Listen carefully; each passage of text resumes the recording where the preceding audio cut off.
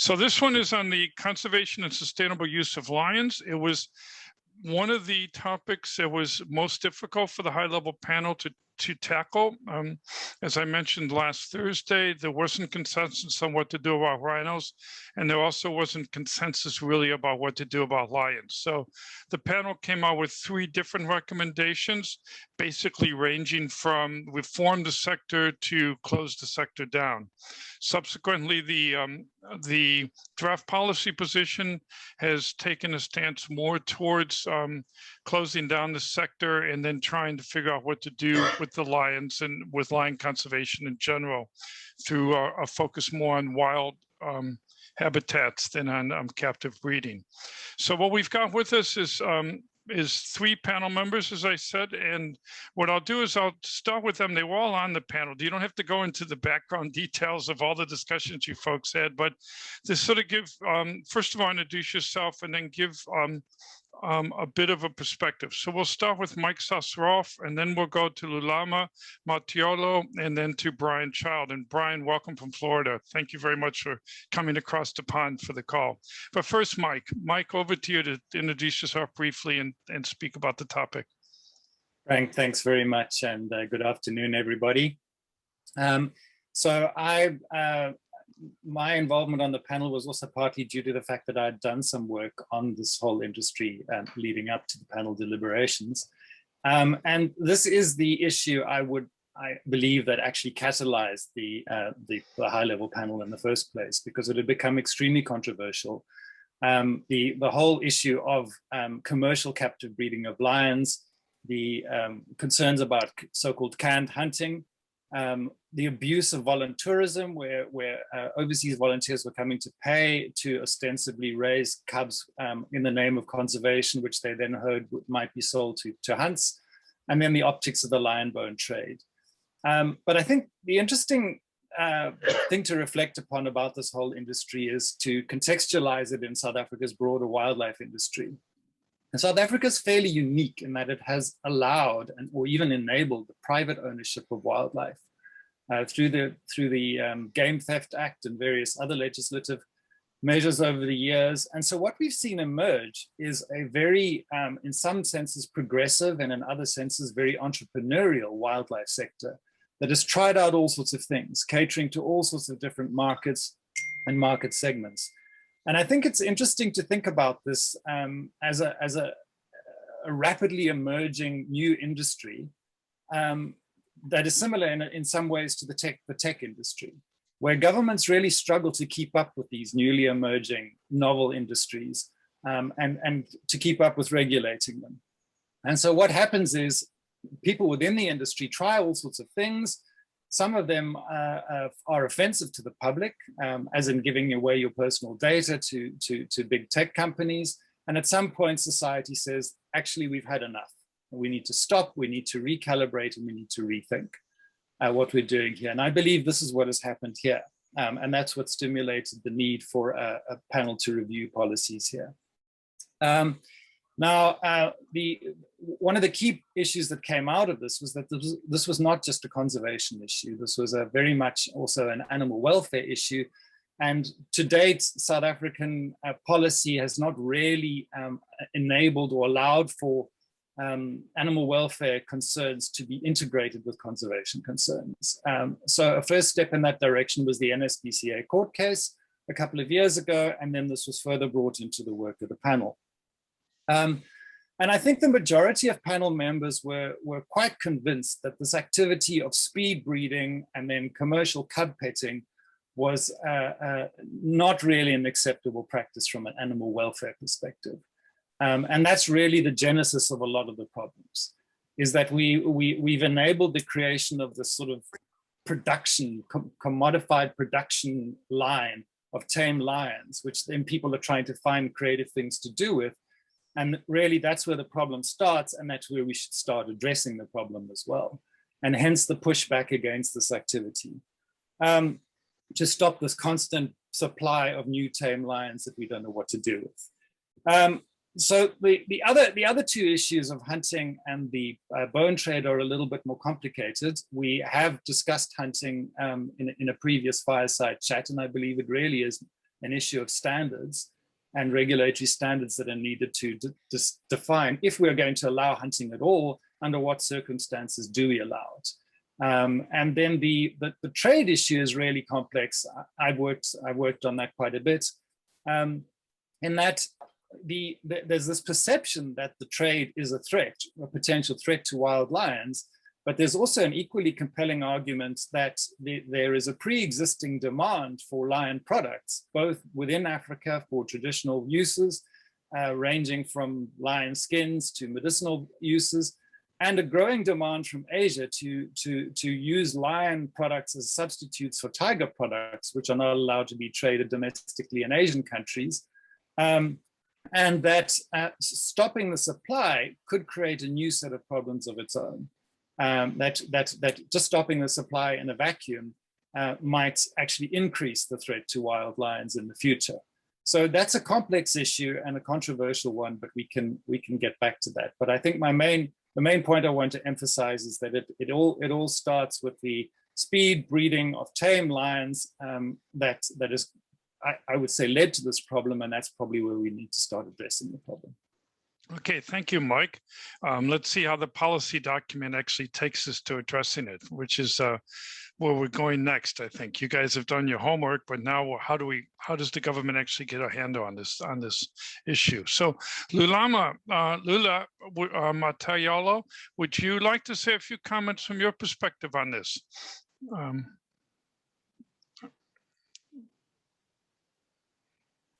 Thank you, Frank. Here you are. My name is Lulama Matyolo. I'm from People and Parks. As you have heard from Mike, the background he has given says a lot about animals. My perspective is, where are the people in the midst of this? Yes, these are wild animals, but before these wild animals were collected there, people were removed. So whatever is happening in those parks, it must also consider the interests of the people around those parks, because they are the previously removed. They have been previously removed from those places in the good name of conservation. But what benefit are they reaping from those places? How is this going to affect the people? Yes, somebody speaks about the threats to the reputation of South Africa. My first problem with that is I don't even know how that reputation has been determined. There is no scientific study that says the reputation, how has it been affected? Has it been affected by rearing animals in captivity, and which countries have been seeing us in a bad light, and why? So without that information, I am not able even to consider that. However, the issue from the perspective of the people around the parks is, number one, the cultural issue. Yes, it is a fact that most cultures are spiritually aligned with the lions, that there's no way we can ignore that. For instance, the lion is a symbol of senior chieftainship. It is a symbol of royalty. Hence, you find people offended when these animals are petted. Where that is concerned, I am in total agreement with them. Petting is not only dangerous to the people, because wild animals are wild animals, they will remain wild. Dangerous to the people themselves, and also, well, to the feelings of the people whose cultures are linked to the lions. But the same people need the lions, and the lions are going to come from somewhere. But now my question is, if you breed lions or you already have lions that are captive bred, Would you rather they go and hunt the wild animals for their cultural values, or would you rather they benefit from the domesticated ones? Because they are not going to say they are hunting, they don't want hunting trophies, in which case you would say it's unfair chase. They just want them dead because they want their skins, just like you will slaughter an ox. So you can use those animals, those lions from captivity for that purpose. The lion skins are needed for cultural purposes and also for medicinal. So you need the cultural, the skin itself, and also the bones.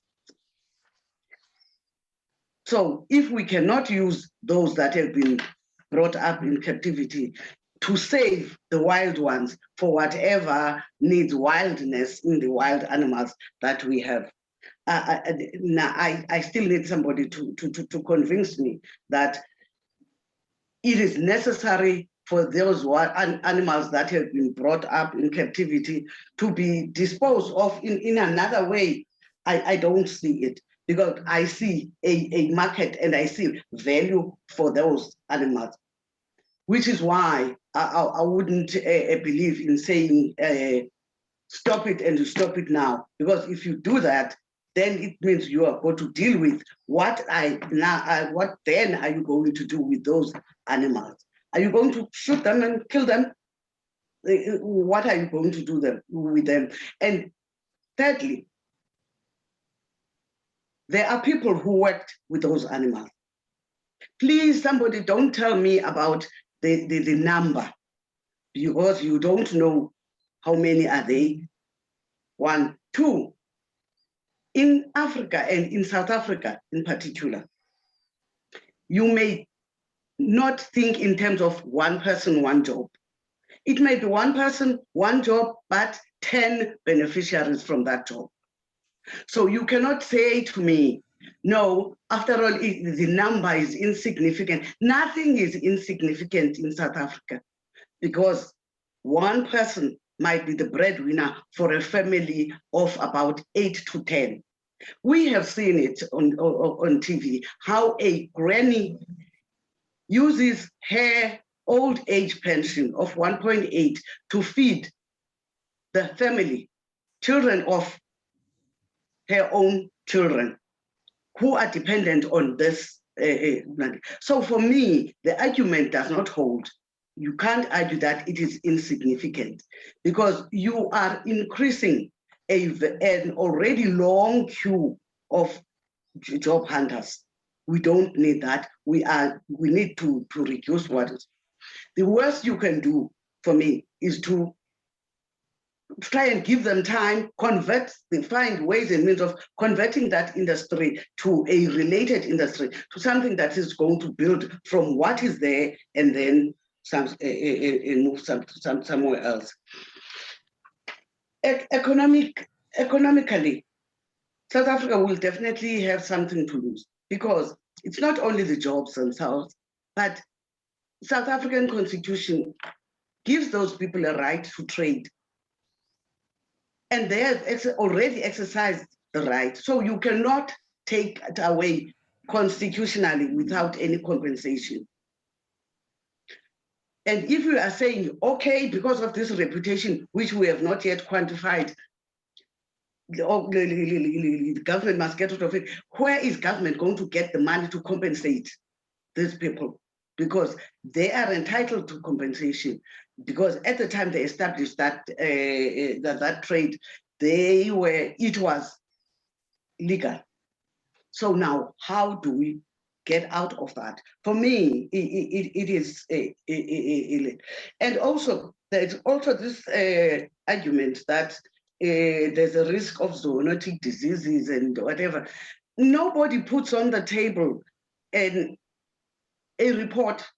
research report that says COVID-19 is related in whatever way to these animals. Nobody has put that report on the table as a scientific research on that on the table so that we can understand that. You find that people say, because this is from, there was some animal here, you don't get anything that is substantial that you can actually cling on. So for me, I think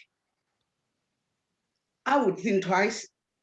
I would give the industry some time to change itself, building from what they have, convert it to another business, and also only after I have convinced myself that there is no other way. Because the other question from the people in the trade, the PDIs, the question is, why is it that when we are trying to get into the industry, now the industry must be closed?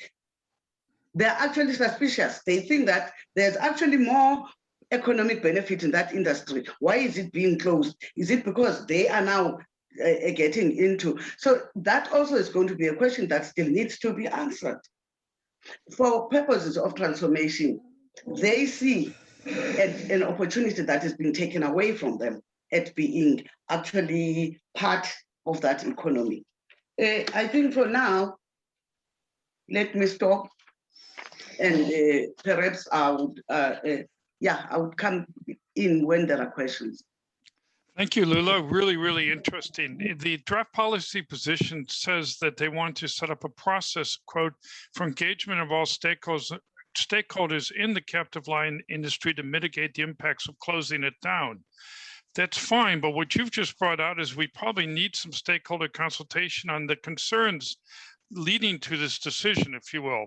What are the relationships? What are the issues around jobs, about cultural values, about what happens when the only sourcing is wild lions, and so on and so forth? So I think you've raised some really interesting points about the need to not just engage stakeholders on how to mitigate the impacts of closing industry, but to understand the rationale, issues like zoonotic diseases and so on. These one-liners need more research probably and more awareness raising. But I should shut up and let our third invited guest here, principal guest, say a few words. Brian, it's over to you. Yeah, morning everyone, and Frank, well done. Afternoon, Brian. We're in Africa here. Who knows? Who knows where you are in the world nowadays? So my background is that I worked for the Zimbabwean government at a time when the whole of the country was covered in cattle and overgrazed cattle, as some of you will probably know. And through policies, including managing the campfire program, we turned the whole thing around and recovered wildlife. And that's happened right across Southern Africa, whereas the whole world has lost 84% of their wildlife since 1970. In Southern Africa, our wildlife has increased. So we're the only place in the world, maybe apart from North America, where wildlife's increasing. So that's really good. But even more exciting for me now is I'm on all these WhatsApp groups from communities in Zambia and Mozambique and Zimbabwe, and they are passionately pro-wildlife. There's nowhere else where that's happening. In other countries, rural people are getting shot. And that's a reflection of bad wildlife policy. Why are you shooting your citizens to protect your resources? So I come at this from that perspective. I'm not a lion person. I don't really know much about lion. I'm more of a wildlife policymaker. So I analyze the situation through three lenses. One is biological or conservation. So I ask myself, how are the wild lions in South Africa? Fine. There's also 7,000 wild domesticated or non-wild lions. So where's the problem? What problem are we trying to solve? Well, lions are doing better in South Africa than anywhere else. And anyway, if you're a conservationist, worry more about the land, worry about the soil, the land use, the quality of the environment. That's far more important. Lions breed like crazy. You can recover them really quickly. Then we come to economics, which is my speciality. So if you look at the lion industry, as Lula said, it provides jobs, it provides income. It's not huge, but it has an impact, direct impact. The secondary impact, which nobody's talking about, is far more important. So essentially what happens with lions is you grow grain in the Free State, you put that into cattle and chickens and whatever, you use the excess meat to feed lions in ranch conditions. Those lions are then transferred to the northern part of South Africa to Limpopo, where they add enormous value to the land, to wildlife. So when you hunt, of course, the lions sell for 50 grand or whatever that US dollars, but every time you add a lion, your sable doubles in value, your sesame, your springbok, whatever, they all double in value. So lions are having a major secondary impact in keeping land in South Africa under wildlife. And people are not aware of that. Then we come to the issue of trade. Now, in general, the Southern African strategy is we need to maximize it. We gave the ownership of wildlife to landholders, and the objective is to maximize the value of wildlife to the people who live with it. So that says the null option, and there's so much incoherence when you talk about trade. It's just a load of, I won't comment on that. But you should be encouraging trade under two circumstances. Number one, the income goes to the landholder. And number two, the use is humane. And I think we all agree with the use being humane. So we should be encouraging the trade of wildlife and just making sure that we have a mechanism to ensure that bad things are not happening to lions. So the third aspect of sustainability is political. So we have an issue in South Africa where policy is driven reactively by special interest groups, as we see all around the world, Twitter, etc. I don't think that is leading to good policy making.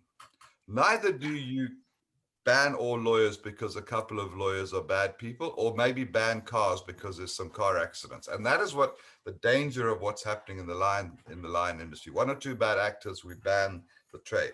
Now I'm coming to the most negative impact of all this discussion is that essentially the anti-lion people are proposing that the rights are taken away from people outside of a legitimate democratic process.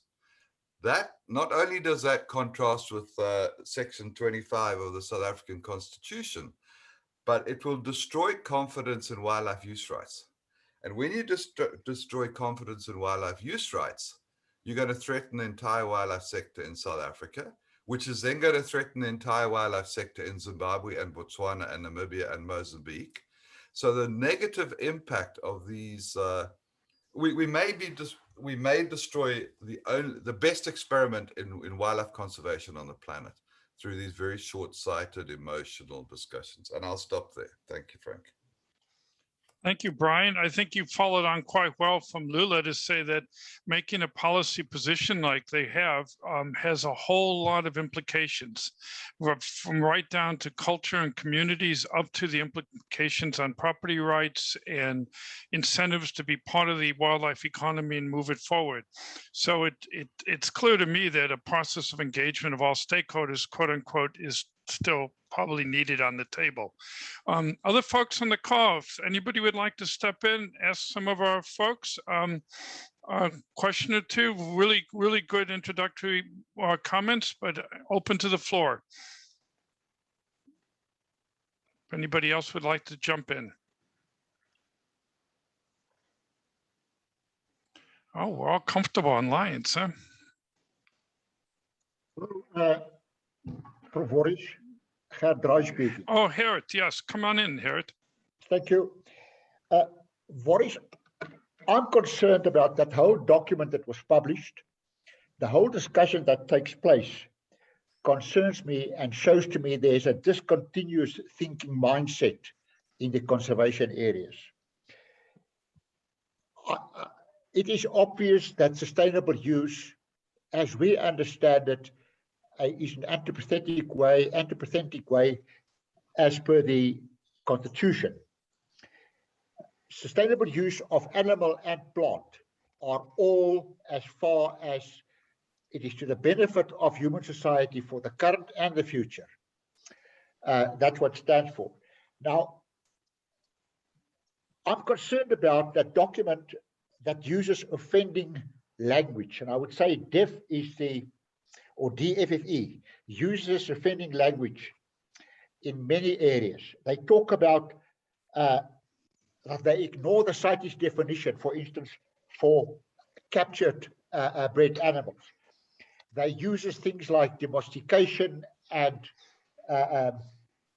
some other of these so-called pure scientific concepts without thinking that, in fact, DEF's mandate in terms of the Constitution, we believe, stops with the safeguard of wild animals in the wild. It technically has got nothing to do with game animals that are many generations away from wild, that are farmed with, except if what's farmed with creates a concern or creates a danger for animals in the wild.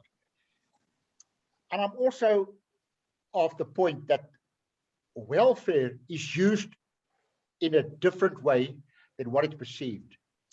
I know from where I come from, welfare is currently a function and a mandate within the veterinary services areas of the government and agriculture. It has never been a responsibility of DFFE. They cannot claim it by default. So technically, that really summarizes where I am. There's nothing different between lion and lion hunting and lion breeding to any other animals. And let's make the difference between agriculture on the one hand and conservation on the other hand. And they could coexist without the one damaging the others. Thank you, Prof. Thank you, Gert. Most interesting. The whole institutional framework of wildlife management in South Africa is complex like it is in every country, and the interface between agriculture and wildlife management in particular. So it's I would say, as sort of Brian had alluded to in his discussion, something worked in Southern Africa and there's a lot of game on it, but we haven't quite figured out what all the pieces are. And we've got feels for it. And it's something that certainly there needs to be a lot of more to do. Richard, I was just going to ask you about those lions in Madikwe. Could there have been a better outcome than you've put in the chat?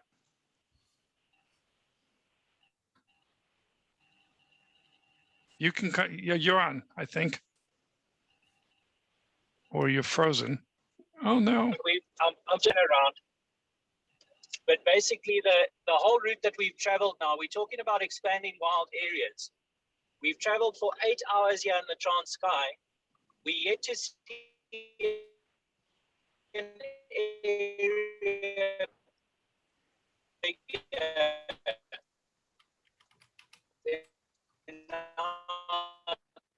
We're losing you, Richard.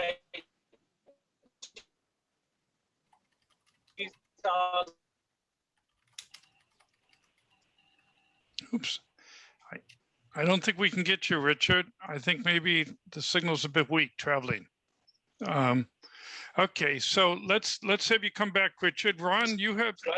Oh, hang on. Sorry, Ron.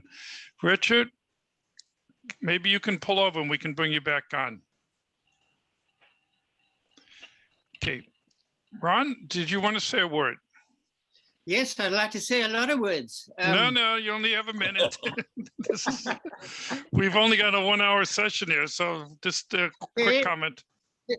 Let me say, how many people who are on this show right now have actually been out and seen tame lions being bred in captivity in South Africa? How many? How many of you have actually done that? Right, let me tell you something that in the month of June in 2018, my good lady and I did a tour of the Free State, the Northwest Province and Limpopo Province, and we went right through the whole lion breeding setup for a whole month. We were very, very well received by the lion farmers, and we looked into every single thing. And we went out with one of two options. Either we were going to condemn the industry and say that it wasn't good as everybody else was telling us. We weren't given any option. Most people either said you will condemn it or you will condone it. we went out with an open mind, and we said, if we find anything that is bad, we'll condemn it. If we don't find anything bad, then we will condone it. And that's what we did. And we never found anything that gave us any inclination to want to condemn the industry. We saw no cruelty whatsoever. Now, I've shot a lot of wild lions, man-eating lions and all sorts of things, and I've got no wish to go and shoot any other lion. And I wouldn't want to go and shoot a captive bred lion. Not because I have got any fetish against it, it's just that I don't want to do it. But there are lots of people who do. And I don't see why they shouldn't go and do it. I believe that we should support the captive lion breeding industry in South Africa and get it working. The people who are objecting to this are people that I hear that you people are calling welfare people, animal welfare. They're not animal welfare people at all. They are animal rightists. And there is a big difference between animal rights and animal welfare. And until such time as we start telling animal rightists that they are animal rightists, that we don't want them, their purpose in life is to abolish all animal uses by man. That includes dogs and cats and riding horses and cattle and sheep and everything.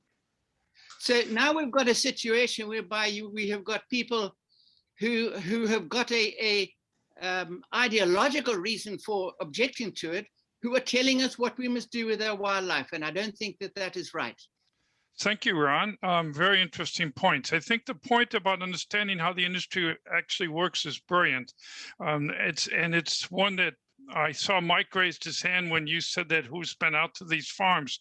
I remember when I was working on the LNG facility proposed for northern Mozambique, nobody had a clue what an LNG facility looked like, but they were all concerned about it and its impacts and so on. So there's clearly is a lot of awareness raising and understanding there. Second point is the draft policy position lists a whole lot of reasons why they think the industry should be closed, but interesting, they don't take an animal welfare position, but they say there's not enough jobs, things Lula was talking about, not enough transformation and so on. So it's an interesting discussion. There's a whole lot of dimensions to this. Thank you very much. Tina, let me ask you to jump in, and I'm going to get back to the panel after you as well. Thank you very much. My name is Tina Hiller.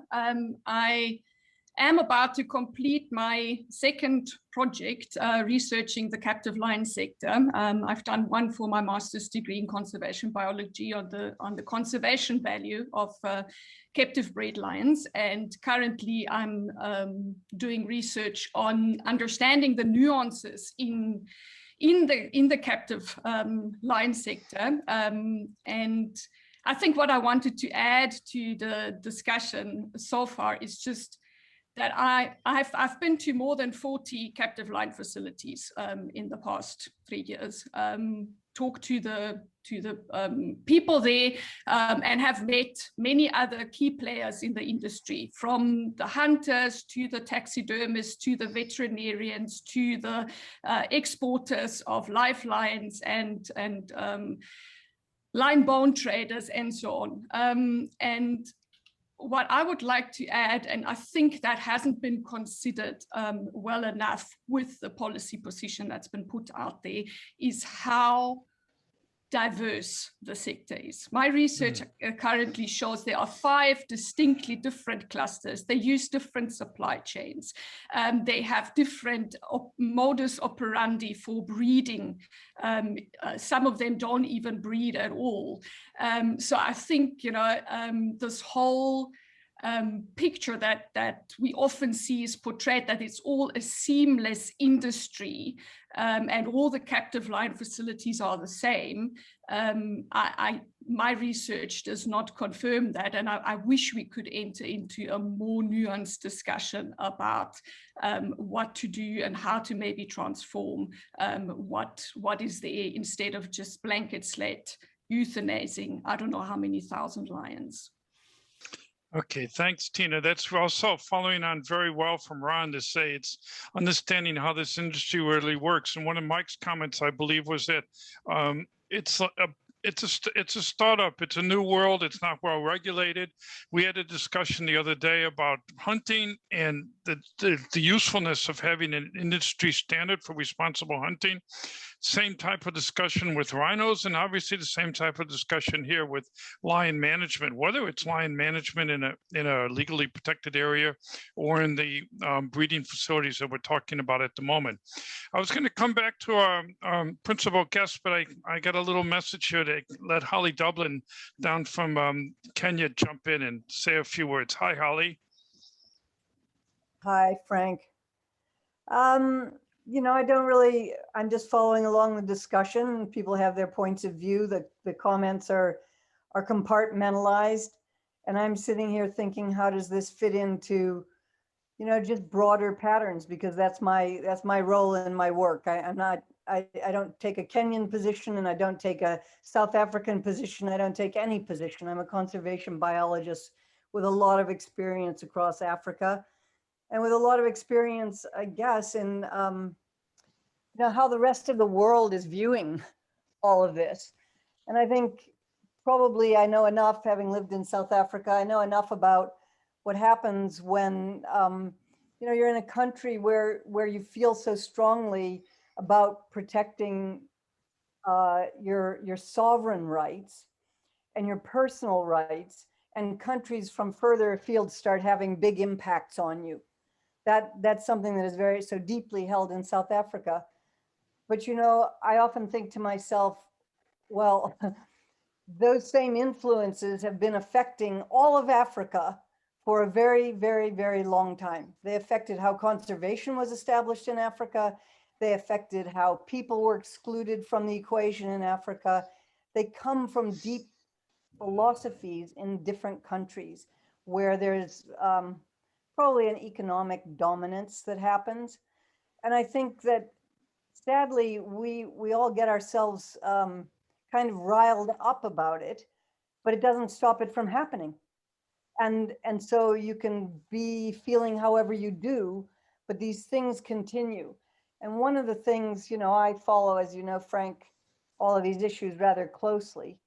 And one of the things that is kind of inescapable is that there are changing views of the relationship between humans and animals again.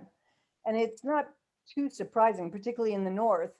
As you begin to lose something, you change your view of it. Now it's something you're missing. You probably killed it all, but now you miss it because it's all gone.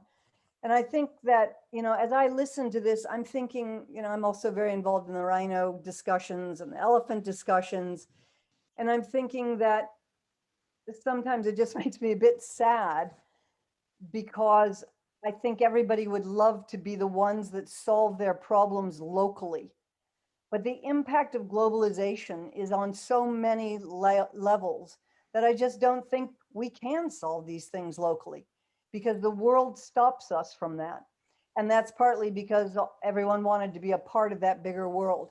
So I don't sit here in judgment of anything. I just hear tremendous frustration. And I hear that frustration in every country I'm working in. There's tremendous frustration, but there's also tremendous frustration about what's happening to biodiversity. And there's tremendous frustration about what's happening to the global climate. And so I think that we are in a time in our history where things are changing dynamically in ways that people have no control over. And so it just doesn't surprise me that you know, the panel report has got everybody all in a state. I could make my own comments about that, but I won't. As a non-citizen, I'm not going to do that on this call. But I do hear the frustration. I just think that people need to see that decisions in this day and age have largely been globalized. And so that has become just a major issue. And so, you know, I work a lot with local communities. And one of the things that's most upsetting for me in working with those communities is that communities that have great governance and all the ability to manage are still being blown sideways by globalization and by the values that are placed on the things they own and want to manage by people far, far away. And so, you know, I sit here a little bit going, it's why I haven't made any comments, because, you know, I have nothing brilliant to say on this, except that people, I believe, have to be able to accept that we opened our world to globalization, and now we don't know how to put it all back in the box. And that is where we're at. You know, for me, I'm hearing that, and sorry, Frank, I wasn't expecting you to call on me, but it's sort of what's just going on in my mind as I listen to this and other frustrated people. Thank you, Holly. No, you pulled very much on the point that Brian made, that decisions made in South Africa have implications, not just in Southern Africa, but across the continent. And also that decisions made here are influenced by things going around the world. And so this is it's a complex topic, and it does come out in the policy position, in that there's a very big concern about these sectors impacting the country's international reputation. And so, yes, there may be jobs there, there may be local rights, but is this the thing we want to do? And so there are a lot of pieces there. But what comes out to me is that there was certainly a more of a need for people to sort of get more of the issues on the table. Bullet points are fine, zoonotic diseases, isn't that? But what does it actually mean? Jobs, what does it mean? As Tina said, she's identified 5 different ways that these industries work. Listen, to our panel members, can I let Barry and Jeremy say a few words, and I'll come back to you, and we'll be okay. Just a minute or two from you guys. Barry, hello. Thanks very much, Frank. Good to see thank you. you all. I'm sorry I missed the first part of the discussion. I was battling to get in. Yeah, sorry. It's extremely sad that as rural people, we are the minority in the world. It's extremely sad that the people who now conserve the majority of rhino in the world, the people who conserve the majority of lion in South Africa, are considered a minority. So, bottom line, urban people are great, but they are disjointed from the realities of what we as rural people need to achieve and need to put up with to earn a living. Now, we have a right to earn a living from the sustainable use of natural resources. Whether we use our wild resources or our domestic resources is our choice, and make it untenable to make a living from wild resources. They'll simply be got rid of. So this whole thing, we fail to understand that what saved the crocodiles in Zimbabwe in the 60s, what saved the wild crocodiles was crocodile farming. What saved the ostriches in the 20s, the wild ostriches, was ostrich farming. What will save our rhino is rhino farming. What will save our lions, whether we like it or not?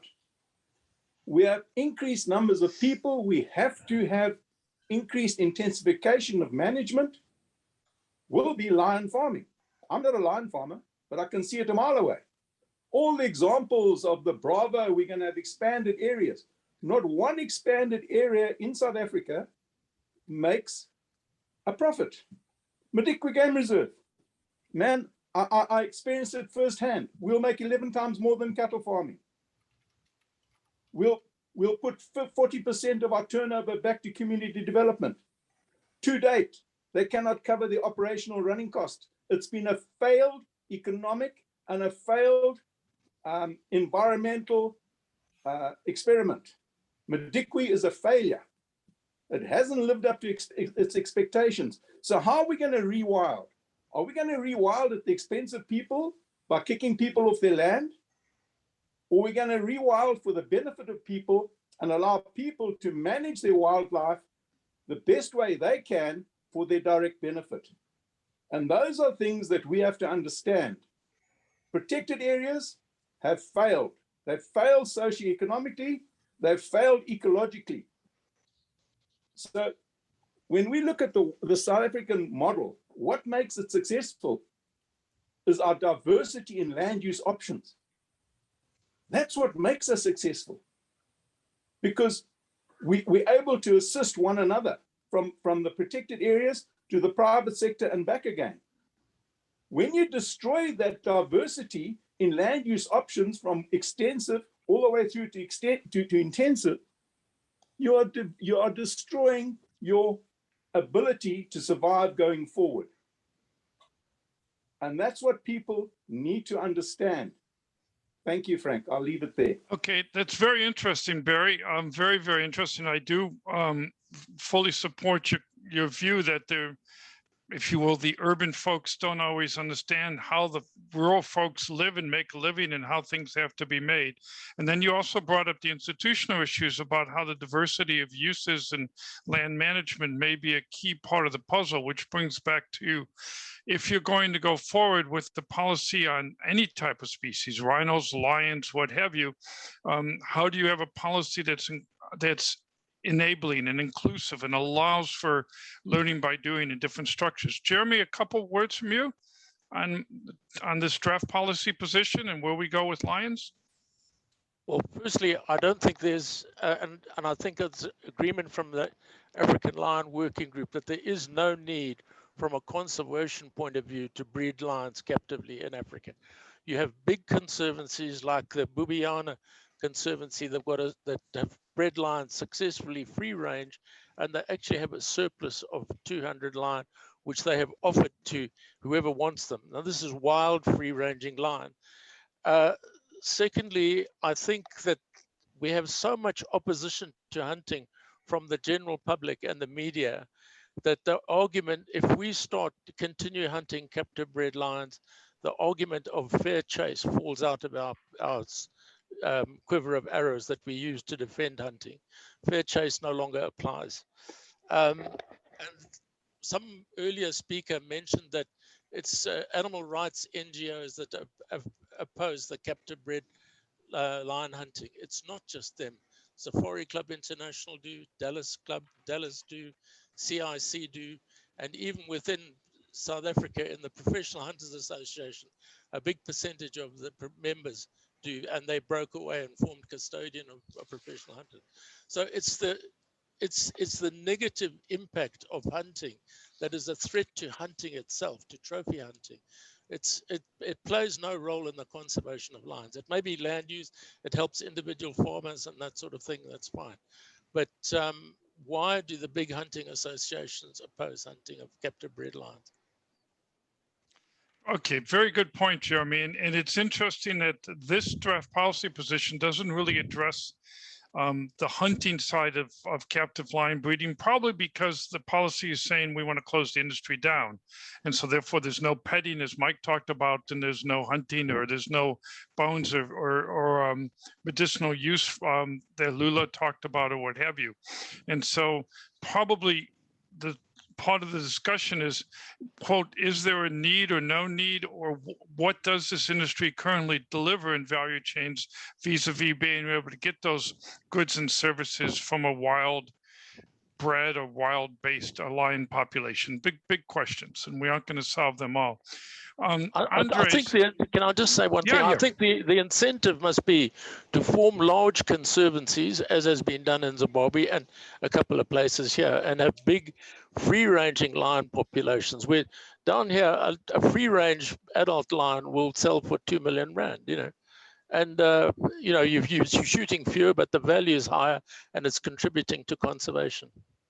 Okay, and it's very interesting.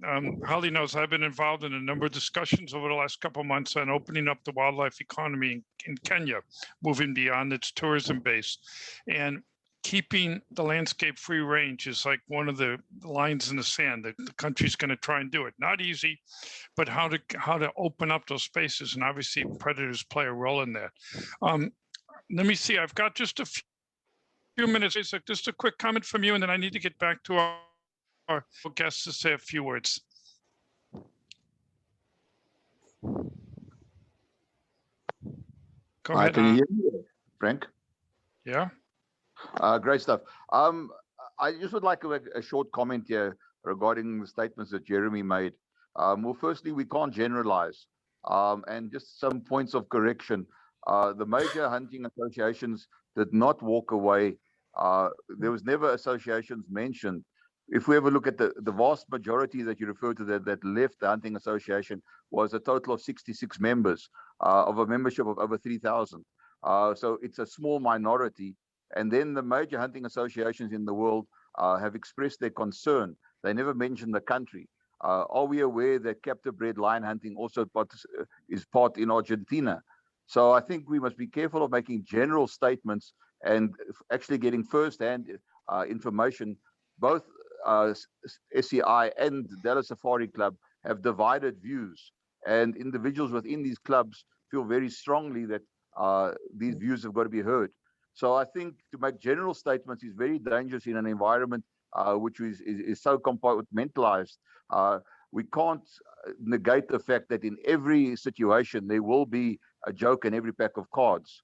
So the work that's been done, you cannot be compared to when the Cook Report came out originally. And I think these are things that we need to take into cognizance. There's been a significant difference and difference made in how these animals are handled and how they are treated.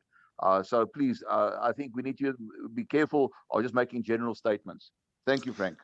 That supports exactly this sort of thinking that I've been having, that this process for engagement of stakeholders on how to mitigate the impacts has to include a process for how do we understand these concerns and get more clarity on them. But we've only got a few minutes left, so let me work it backwards this time, if that's okay. Brian, I'll call on you, and then Lula, and then Mike to take us to the top of the hour. Brian, comments following our discussion? Yeah, it's a good discussion, and sorry it's so short. What I'm worried about is that we're having reactive solutions that are misdiagnosing problems, and South Africa is in great danger of losing not only lions but its entire wildlife industry. And that comes back. I don't think we too quickly blame the people on the ground, the farmers, the lions, things.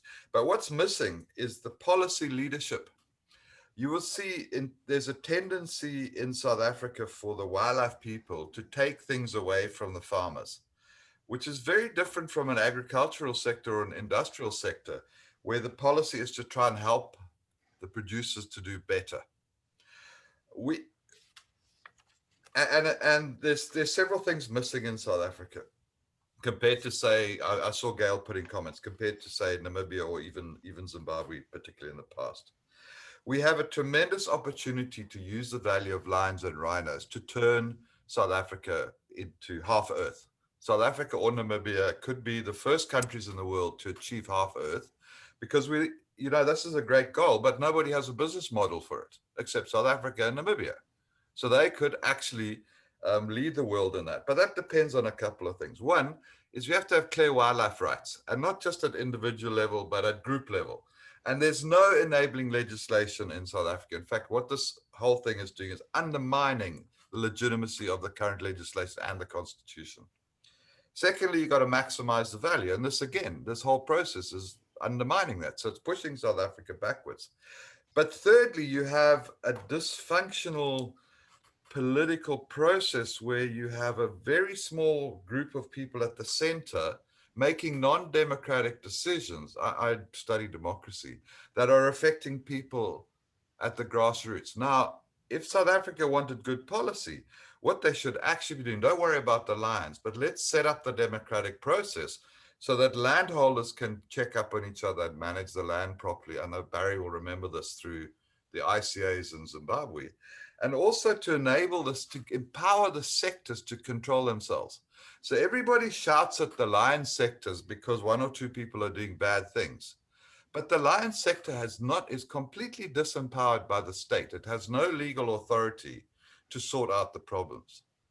If South Africa wanted to sort out the problems, like the cattle industry or the Lawyers Association or the any industry, you need to empower the bodies to help with policy and to control their membership.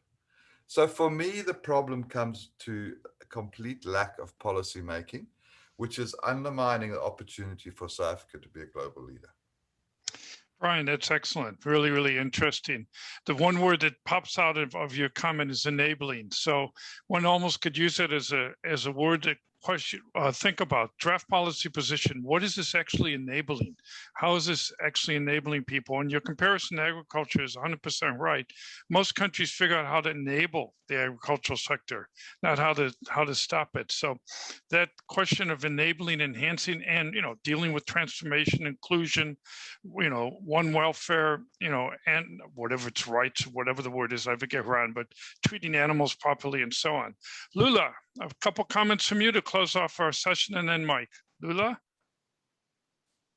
Thank you. I won't be long at all, except that I wish we could, number one, be people-centered in terms of making our policies.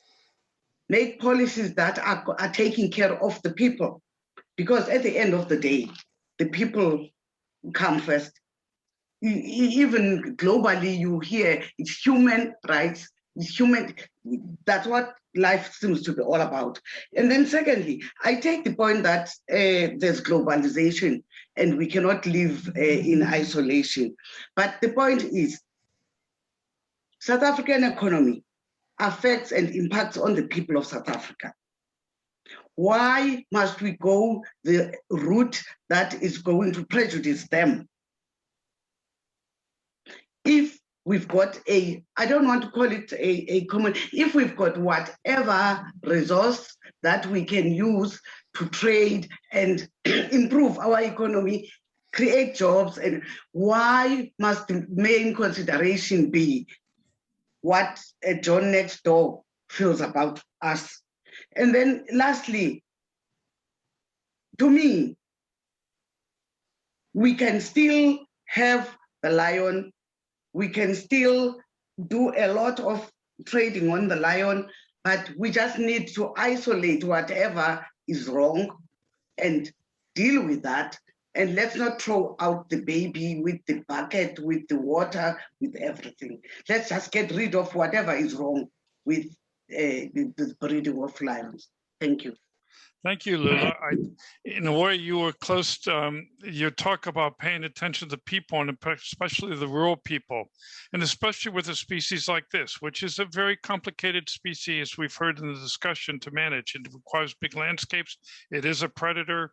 Its uses include things like the demand to hunt it, that has its pros and cons and different people's views and so on. Mike, a couple words from you. We're just at the top of the hour. Thanks, Frank. So just to pick up on Lulama's point of isolating what is wrong, and also to pick up on Holly's very good point about international changing sentiment, and Tina's point about the different aspects of the industry. To me, it was striking that, I just respectfully disagree somewhat with Ron, that all animal, that there's this big difference between animal welfareists and animal rightists.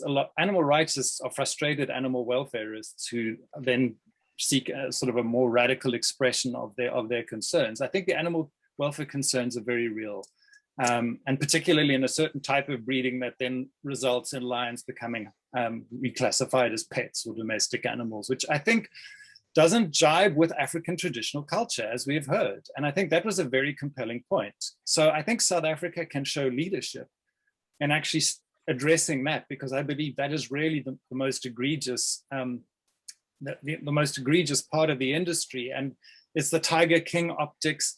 These are practices that happen elsewhere in the world. But South Africa can show leadership by saying that's where we need to stop them. That's where reform needs to start. My only final comment on the policy is, we've talked about some of the other complexities around this industry. I would have liked to see the policy be a little bit more discerning, also about rewarding those within the sector who've actually made a genuine attempt to reform and try and address the nuances, rather than just tar them with all this, all with one brush. And so that it would be great if one could see more nuance coming out of the policy. Thank you. Thanks, Mike, and thanks, everybody. So this is the 5th of our fireside chats we put together. As I said at the beginning, this is we put them together with the the support of the Oppenheimer Generations Research and Conservation Unit, and very grateful for their support. The African Wildlife Economy Institute will be submitting some comments from our side to the minister on this draft policy position, and some of you have already done so, and others I encourage you to do so. And we also hope to carry on with this and to help it to support areas where more research, better understanding, better communication is needed. Perhaps for me, the take-home message coming out of this is that the concept of one welfare that comes out of these discussions, which incorporates both human and animal concerns, probably needs a chat. We need to say, what are we talking about when we talk about one welfare? And do we have a concept that can help us frame the issues, deal with the governance issues that Brian talked about, deal with the empowerment issues that Lula talked about, and Mike deal with understanding what part of various sectors are working well and what aren't working well. So on behalf of 𝐼𝐲 at Stellenbosch, thank you all for joining the talk. I hope it was interesting, and we'll watch this space. There'll be more to come. Thank you all very much.